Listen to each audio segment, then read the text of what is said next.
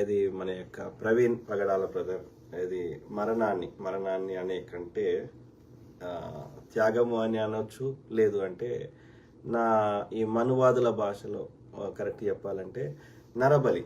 నరబలి అనేది ఒక ఈ దుర్మార్గులు పెట్టిన అనేక మూఢాచారాలు, ఈ ఆర్య బ్రాహ్మణులు లేదా మనువాదులు పెట్టినటువంటి అనేక మూఢాచారాల్లో నరబళ్ళు కూడా వెరీ వెరీ కామన్ ఉండేది. ఓకే, నరబళ్ళు కూడా వెరీ వెరీ కామన్ ఉండేది.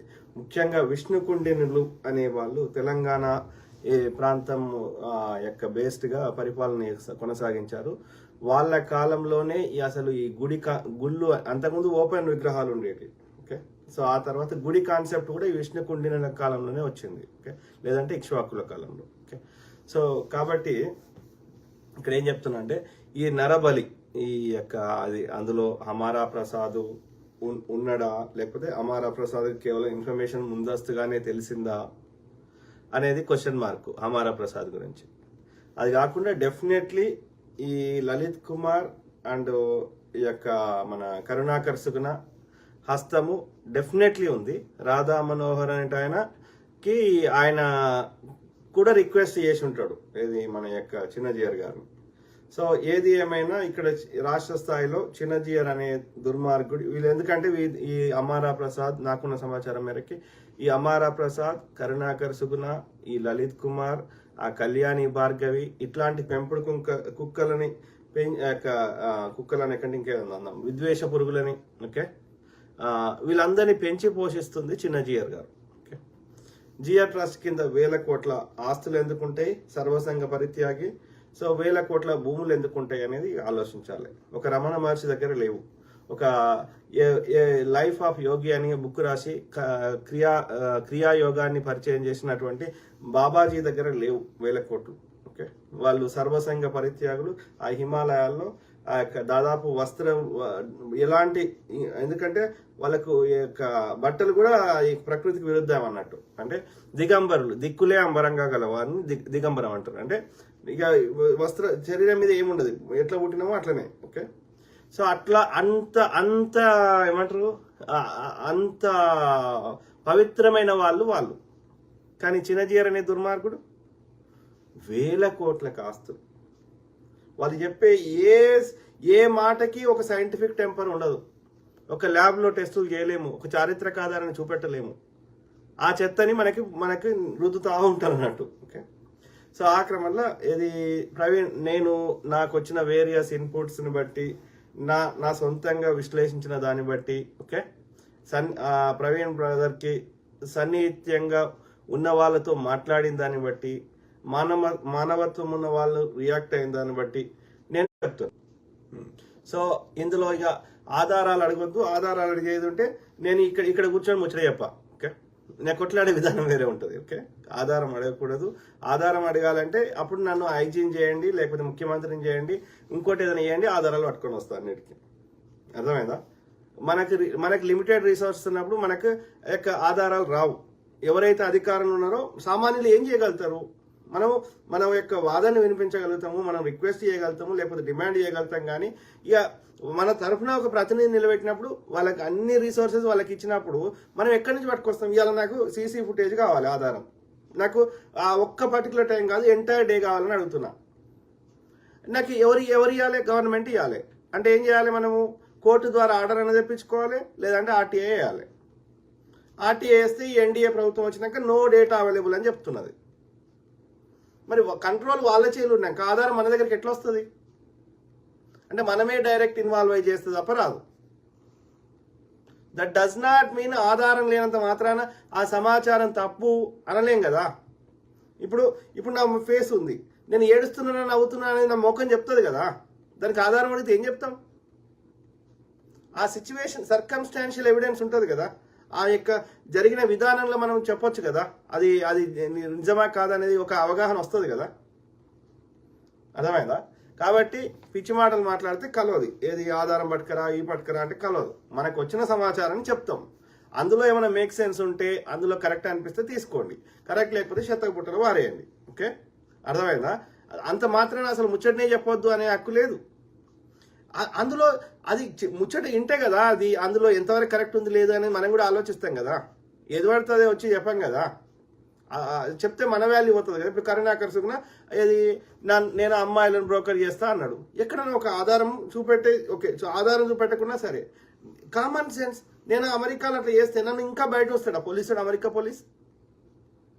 చెప్పండి, కామన్ సెన్స్. చిన్న ట్రాఫిక్ వైలేషన్కే వాళ్ళు నోటీసులు పంపిస్తారు.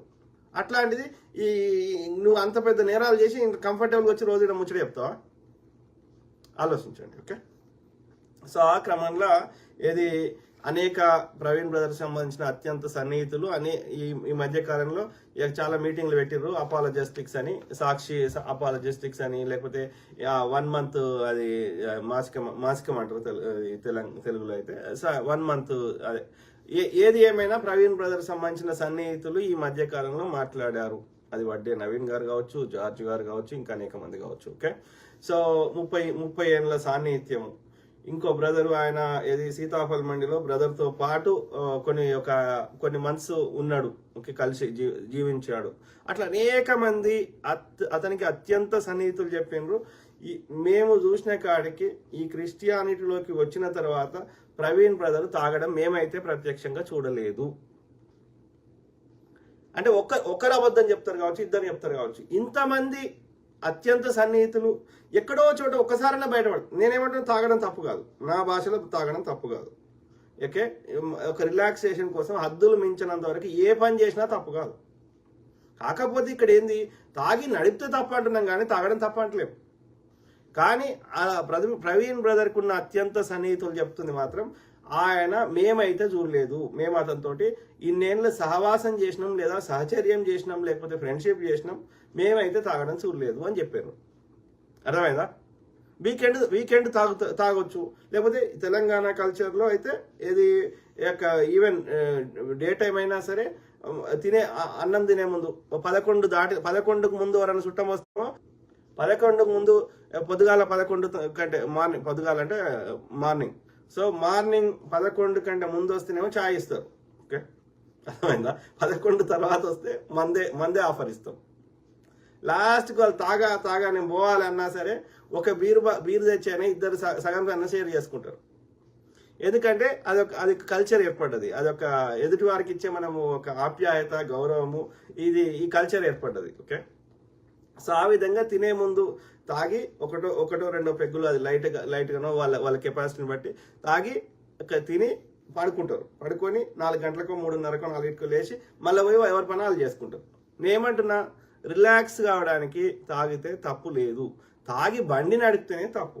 కానీ ప్రవీణ్ బ్రదర్కి ఉన్నటువంటి అత్యంత సన్నిహితులు చెప్పింది కానీ అది పబ్లిక్లో చెప్పడం అంటే పోనీ డిఫరెంట్ అనుకుందాం. తమ అత్యంత సన్నిహితుల దగ్గరనే చెప్తారు కదా, నేను ఒకసారి కాకపోతే ఒకసారి తాగినా అని. సో ఆయనకు తాగుడు అలవాటు లేదు అనేది ఇక్కడ మనము కన్ఫర్మ్ చేయొచ్చు. ఓకే, అర్థమైందా? సో అదొకటైంది. ఇంకోటి, కొంతమంది భార్యాభర్తల మధ్యలో గొడవలు అయినాయి అనేది కొంతమంది ఇక పేర్లు రాని అవసరం, కానీ అది కూడా ఆమె సన్నిహితుల దగ్గర వచ్చి చెప్పుకున్నది జెసికా సిస్టర్ అని ఇట్లా కొంతమంది అన్నారు. అయితే వాళ్ళు వ్యాపారాలు ఆయనకు సాఫ్ట్వేర్ కంపెనీ, కాఫీ షాపు ఇట్లా అనేకం ఉన్నాయి. ఓకే, అంటే ఆయన is a business man. Okay, అమెరికాలో చాలా ఏళ్ళు ఉండొచ్చాడు.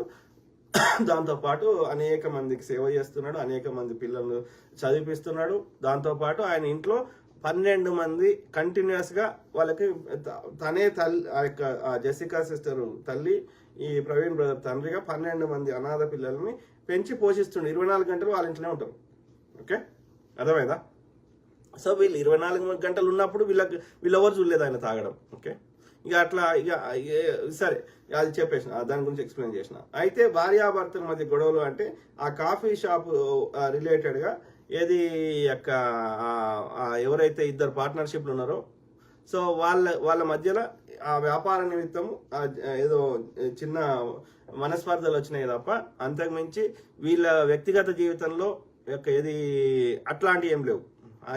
ఇది గుడ్ అండర్స్టాండింగ్ ఉన్న అన్యోన్య బాంధవ్యం ఉన్నటువంటి కపుల్ అనేది మనకి చాలా, అంటే బ్రదర్ ఆ సిస్టర్ని చాలా ప్రేమ చేస్తాడు, సిస్టర్ కూడా బ్రదర్ని ప్రేమ చేస్తుంది. ప్రేమ వివాహమే. ఓకే, అర్థమైందా? సో కాబట్టి ఆ బిజినెస్ రిలేటెడ్గా ఏది మనస్పర్ధలు ఎవరింట్లైనా వస్తాయి, కానీ అది that has nothing to do with this incident. Okay, ఈ ఇన్సిడెంట్కి అది సంబంధం లేదు. అర్థమైందా?